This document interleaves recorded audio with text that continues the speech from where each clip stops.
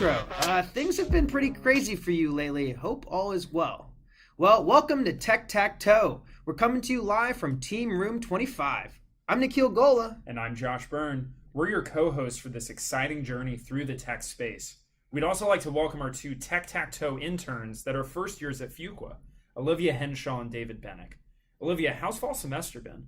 Well, let me give you my best star story of a time I used data to solve a problem this term. The situation was... Okay, Mancom, that's enough. Hey, so this thing is paid, right? Because the Craigslist post said that it was. Shit, I thought we took that out. Totally, David. We're just getting the book settled. It's fine. It's fine. Okay, so Olivia, David, Josh, when you were applying to Fuqua, what did you put in your application for what you wanted to do after graduation? 1, 2, 3. Product! Yeah, us three and everyone else at Fuqua. But what does product actually mean?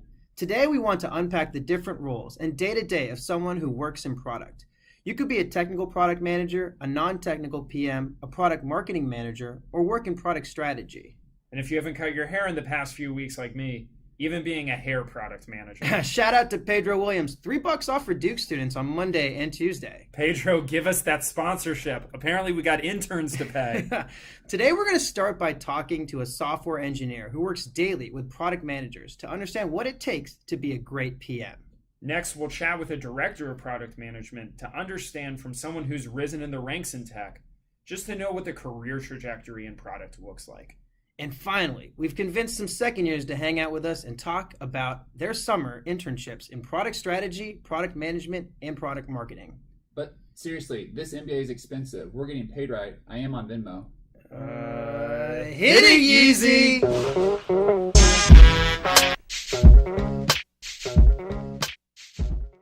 Our guest today is Ralston Clarke. Ralston is a software engineer by trade and has worked at high-growth tech companies for the past 10 years. He was an engineer lead at a startup that was acquired by Groupon, and he's worked as a software engineer at Square and Uber. Ralston is currently the director of engineering at Common Networks. Ralston, thank you so much for being with us today. How are you doing? Doing great. Happy to be here. Great. Awesome. So let's start by hearing a bit about why you chose to be an engineer and how you ended up in your role today. Yeah, so I've been a software engineer really since I was 9. I've been coding video games, random websites and things. I've just loved software engineering. Growing up in Texas, I always kind of figured I'd join like a big oil company or something and write software for them. But this really awesome program called 3-Day Startup that I joined in Austin that kind of piles a bunch of technologists together in a room for 3 days and sees what comes out the other side. Joined that, through that, got really involved with the startup scene.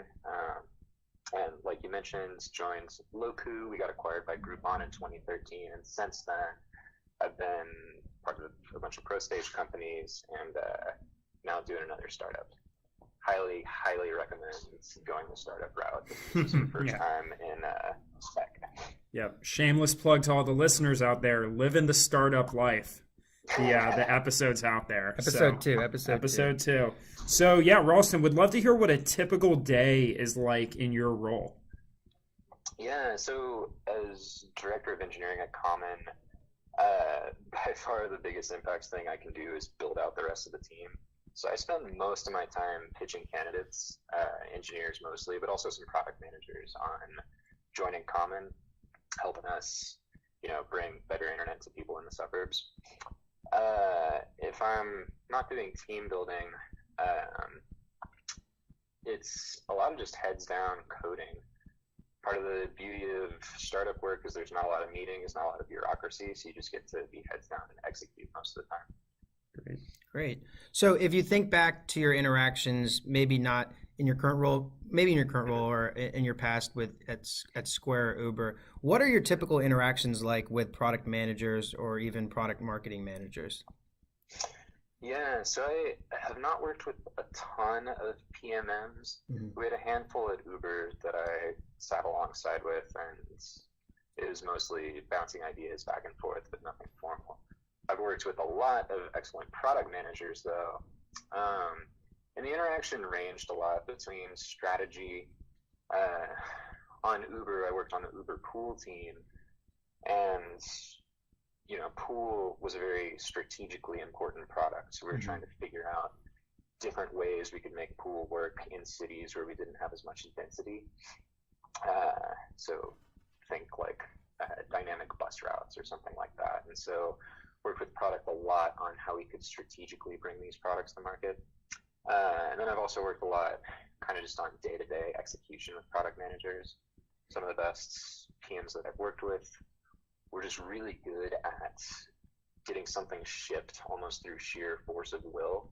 And so I could help them on the technical side, rallying engineers, coming up with technical trade-offs and things like that. And they would help on the go-to-market strategy, on navigating company politics, on the design, on all the other pieces that you need to do to get something shipped. Great. So you spoke about some of these great product managers that you worked with. A lot of our listeners really interested in pursuing a product role. What qualities or skills are most important in a successful product manager, product marketing manager, just working with product? Yeah, no, it's a good question. I think the best PMs I've worked with all just have a lot of hustle.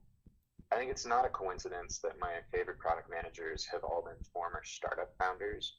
They just know how to get things shipped, whether that's them doing manual QA for a couple hours because it's what needs to happen to get this thing to launch tomorrow, or going out and talking to customers so that we're not, executing down the wrong path. It's that whatever that essence is that drives someone to do whatever it takes to get something over the line. Gotcha. So we've talked about successful product managers. I'm sure you've worked with some that have maybe some shortcomings. So what do you think are some common failures that you see in PMs that could be avoided? Yeah, I think especially for technical PMs, not having enough understanding of software engineering and design and how those functions work. Product management's a role where you have authority over the products, but you don't have any direct authority over engineers or designers or anyone else on your team. So a lot of how you get stuff shipped is through kind of indirect inspiration and that sort of thing. I think PMs that struggle aren't able to build credibility with engineering teams. They, it's clear they don't understand how the tech works, and so engineers kind of run roughshod over them, give estimates that they can't, call BS on, that sort of thing. I think that's probably the main thing. Yeah, that makes sense. And, thinking about a lot of the MBA students who are looking to go into product management, what advice do you have for them as they pursue that career field? Absolutely go out and build things. Go join hackathons, join a startup for a few months as an operations person and switch into product. Do whatever it takes to go get something shipped. I interview a lot of MBA candidates for product management roles, and if you haven't built anything, you're going to really struggle to make it through our hiring process. This is true at Uber, it's true at Common interviews as well. Great. Perfect. Yeah, thank you so much, Ralston. So guess we want to close out. A lot of the viewers are avid Silicon Valley viewers, the show on HBO. So we'd love to hear if you have a story or just how applicable that show is to what you've experienced. Oh, man, Silicon Valley is so true to life. My favorite scene, I was on a work trip in New York launching some Uber pool things. We were watching where they're working on the Hooli box, and they go into design review with the designer who throws on his headphones and has pictures of leopards and hurricanes and whatever else up on the screen. They're like, I don't know, this doing anything for you? And all the Silicon Valley's guys are like, what the hell? That actually happens. I've been in so many of those meetings where designers just throw up mood boards and talk about feelings, and it's great. Yeah. What an excellent show. I remember that scene. Awesome. Yeah, great. Cool. Well, thank you for the time. Appreciate it. This is the pod.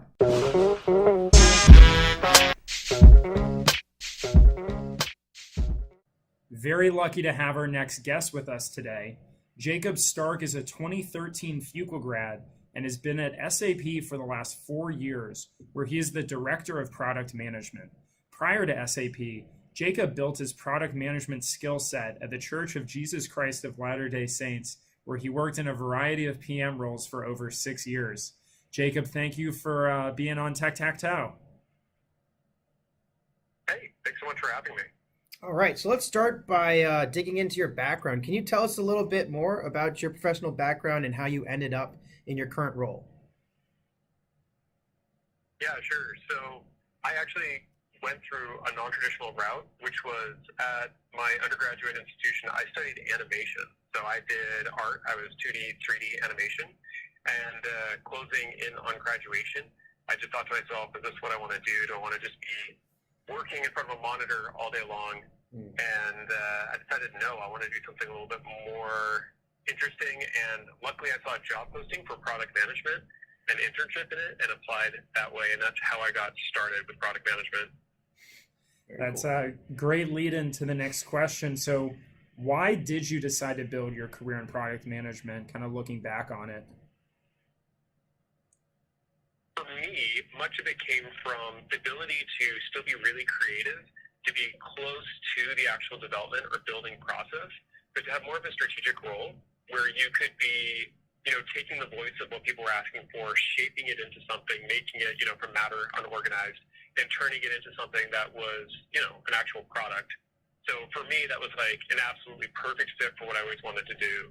And also from a background in visual design and storytelling, it was a great fit for me since it gave me the opportunity to use PowerPoint as my evil ally in trying to convince people to do the things that I wanted. So I was pretty excited about it. Awesome. Okay.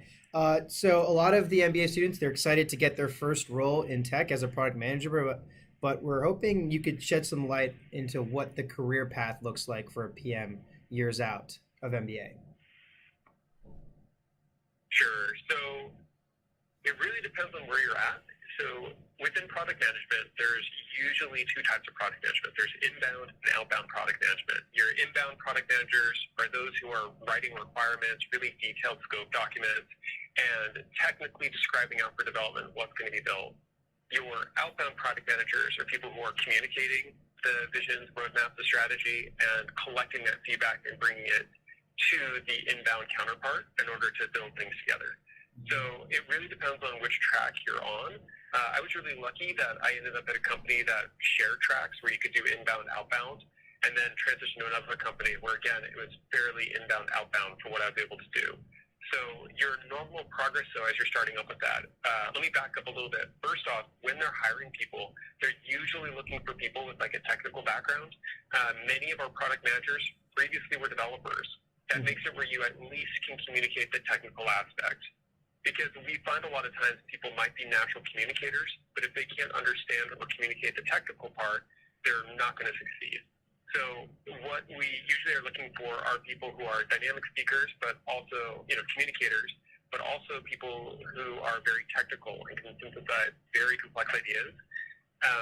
And so what it would look like as a job progress, at least for me, it was starting on smaller products or smaller features or an aspect of the product, and then you pretty much grow in scope.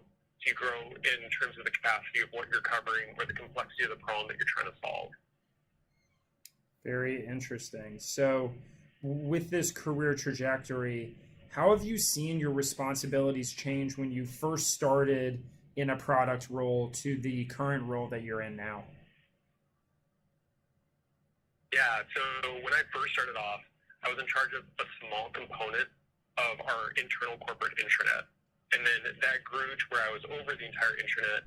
And then I pivoted roles and picked up something much larger, which was over like our worldwide communications and how we did that, like from, satellite webcasts, things like that, the strategy of how things were going to be communicated over those wires. So, so it just kept growing. And then once I hit a certain level, I was able to really pivot around and do different types of things. So I jumped from telecommunications to analytics, etc. So it made it a lot more flexible to where I was going at that point. But when you start off, it's going to be a small component, a small feature, anything like that. Got it. Okay. And so can you talk about how your MBA has helped drive value in the work you do day to day?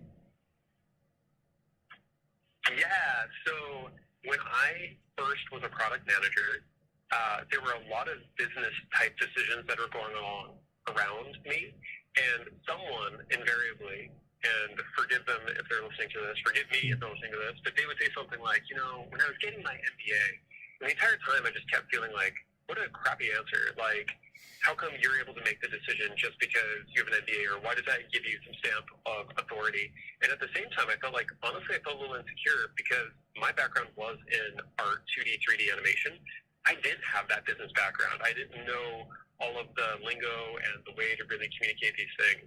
So when I went to Duke and I got that education there, it really did give me the foundational knowledge that I needed to be able to communicate in those arenas, but also it gave me the confidence. And so, it was just a really effectual way for me to be able to stand up in the room and be like, hey, great, like, I hear you. I also have a background in this, and I feel really strongly we should look at this other perspective. Yeah. So having an MBA gave me both the education and the confidence to be successful. Great. So, for our hopefully dozens of listeners out there, just want to kind of close out with what advice you would have for MBA students recruiting and interviewing in product roles. This seems so basic, but please know the product you're interviewing for. So many times we have people who are, it seems really basic, but we have so many times where people interview and they obviously have just read our website. That's great, but just spend the extra 15 minutes, call somebody who's already a product manager in that group, get to know them a little bit. We're all very friendly. We're very passionate about what we're doing. And we're usually extremely helpful to those around us. So just reach out to us. Reach out to us on LinkedIn or talk to us however you would like, and we can kind of give you more of a background on what you're talking about and what the product is.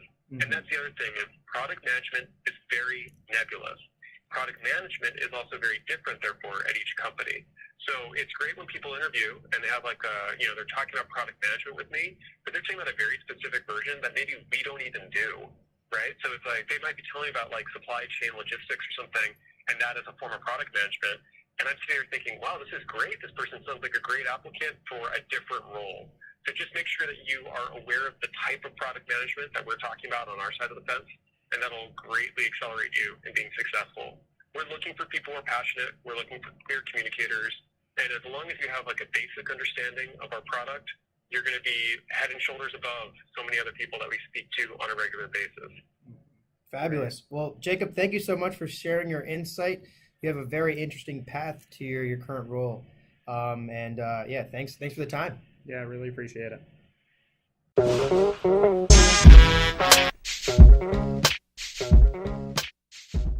All right, we're here with our second year panel. Today we have Andi Dagostino, Tiffany Ellis, and Brooks Baumgartner. Folks, thank you so much for joining us today. Let's start by going around telling a little bit about yourself and what your summer role was. Sure. I'm Andi, and my summer role was product management at Zillow, so specifically product strategy.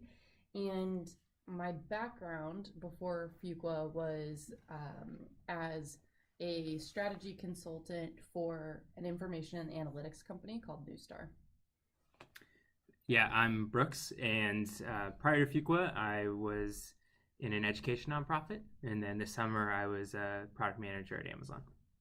I'm Tiffany, and before coming to Fuqua, I was a system engineer at Corning, and this summer I had the opportunity to work as a PMM at Microsoft.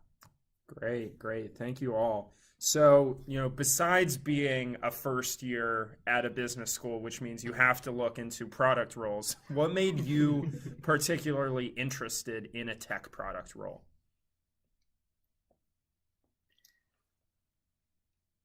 Sure. So, what made me interested in a tech product role was really the kind of two sides of the role. So having to have a really kind of creative line of thought and being able to really think outside the box, but also have to have some sort of analytical rigor and think through kind of the business aspects of what you were developing. So I really liked the mix of both of those.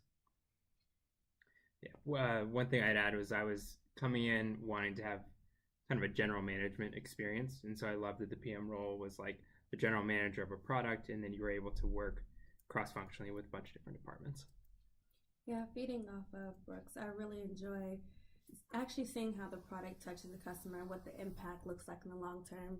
And being an engineer on the data center side, I didn't have that opportunity, so I was really open to being more cross-functionally and working collaborating. Cool. Okay, so we all like the idea of working in product, but what does that actually mean for a summer intern? Can you guys describe your summer project? Yeah, so this is Andi here. My summer project, I'm gonna have to be real high level with it because it has not launched yet. But the summer project was, it had a software and a hardware component. It was really focused on building a product that would help Zillow scale their new business. So Zillow offers. So that was really exciting and fun. But definitely in terms of the software or the hardware component of what I was doing, that was something totally new for me. So that was a real challenge. Yeah, this is Brooks. One of the things that's kind of unique about Amazon is that the product manager role isn't necessarily geared towards a product. And so my role was improving the customer returns process for Amazon. So kind of three components. One was going and visiting return centers across the US and learning about what the process looked like. Then was reviewing a lot of data to see how we could improve that process. And then it was actually going and meeting with internal stakeholders to get buy-in to implement a new process. So luckily my product was available. I would encourage you to start using it today. It is Microsoft Teams. I had the opportunity of driving adoption for Microsoft Teams in multiple industries. I saw the greatest opportunity in higher education as well as public sector, which only include government. Very cool. So when you think about what you were working on this summer and how you found success, what skills do you believe are most important to really be successful in that product role over your summer? I'll jump in first. This is Brooks. So similar to what others have said, I think the first thing that's really important is just analytical skills. At least at Amazon, you have so much data and every decision comes back to being grounded in the data. The second thing would be communication. And at Amazon, one of the really unique aspects of it is that everything is based off of these 6-page documents. So you don't need to just be effective communicating verbally, but also in writing. And then the last, and I think this really separated those who enjoyed their experience with those who hated it, is you need to be able to manage ambiguity. So there's basically one high-level problem you're given, and you have to come up with a complete process of how do you project manage and break down into meaningful steps. Yeah, and I'd second the comment on ambiguity. And I'd also say a few major pieces of what I found helpful was, one, making sure that you were really good at telling a story through slides. Not at Amazon. Not at Amazon. Not at Amazon. Disclaimer. Yeah. But in general, kind of laying out the user story, as well as the backup for kind of costs of what you're building. So doing both those things effectively was important. And then I would also say being able to listen critically in meetings. So we were able to meet with a bunch of different teams. And one thing that I found really helpful was, because I was building something totally new, being able to listen to areas that could potentially have overlap and have follow-up meetings with those folks, I think was really critical in making sure that I didn't redo work that had already been done. Feeding off of Andi, and that was a really good point, was storytelling. Like, even if you don't have your slides, being able to convince like a director, a manager, a group of people why you believe in this particular strategy or recommendation. And I think another point is just being scrappy. I had to do that a lot this summer, because you won't always have the information you need. You want to make sure that you have the ability and the passion to want to go out and get this information, talk to the right people, and also how to then flip that and make decisions based off the information you're given. Great. Yeah, as most of our loyal Tic-Tac-Toe fans know, I also interned in product management this summer at Cisco. I got to second you on communication, Brooks. It's so critical.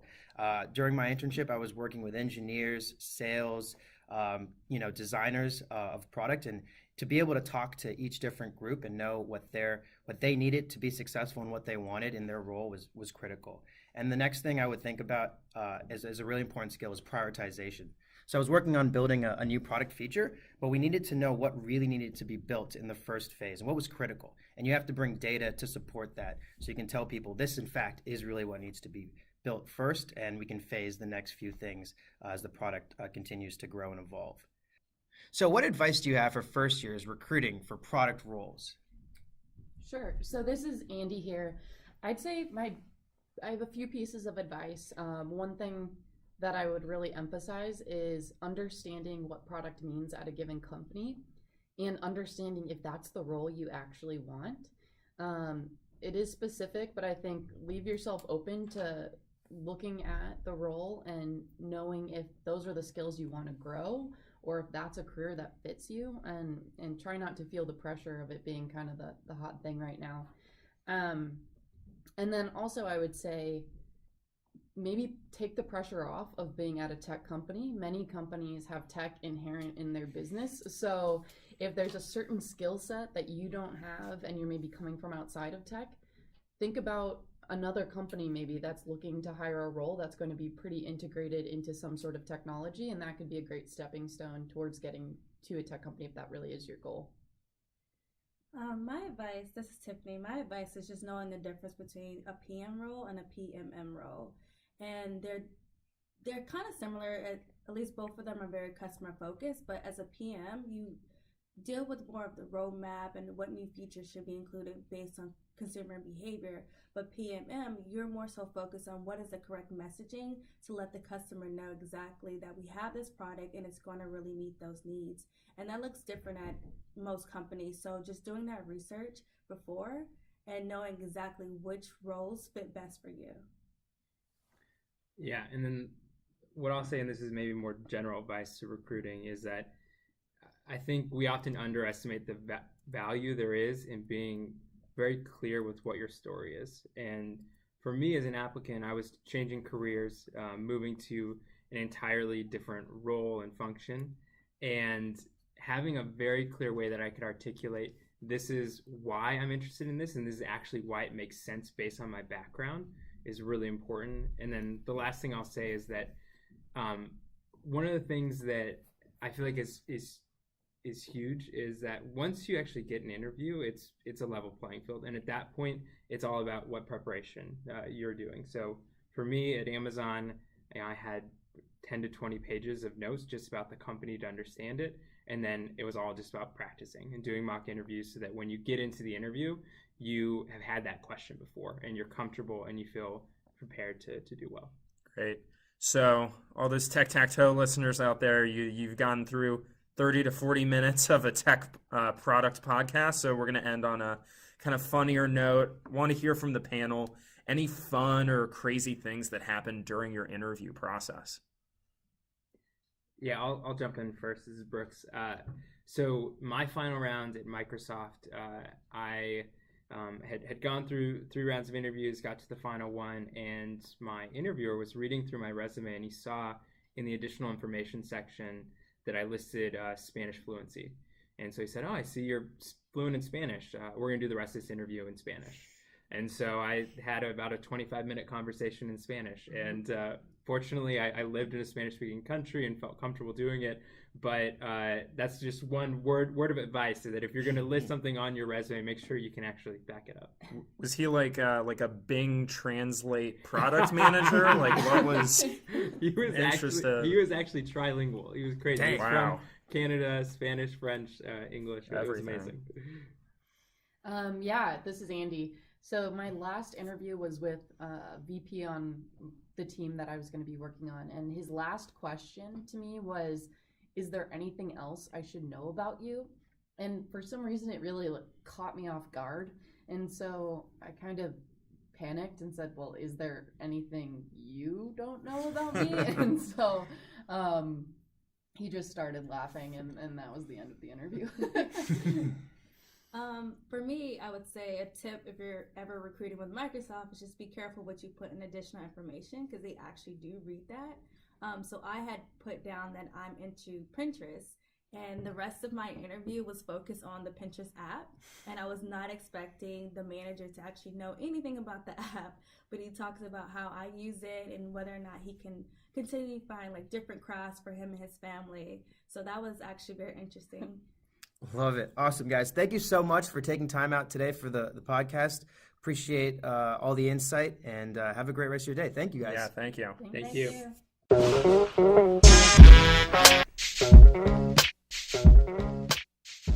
Well, that's the show. Olivia, what was your takeaway? For me, there were two big ones. One, know thyself, the value you can add, and also your limitations. And the other is know thy product. I totally agree. As we heard, product looks very different by company. So be sure to do your research to make sure you're the right fit and that you'll be well positioned to be a successful product person at that company. Absolutely. And to our listeners out there, drop us a line at tictactoepod@gmail.com. Thanks for listening. This is The Pod.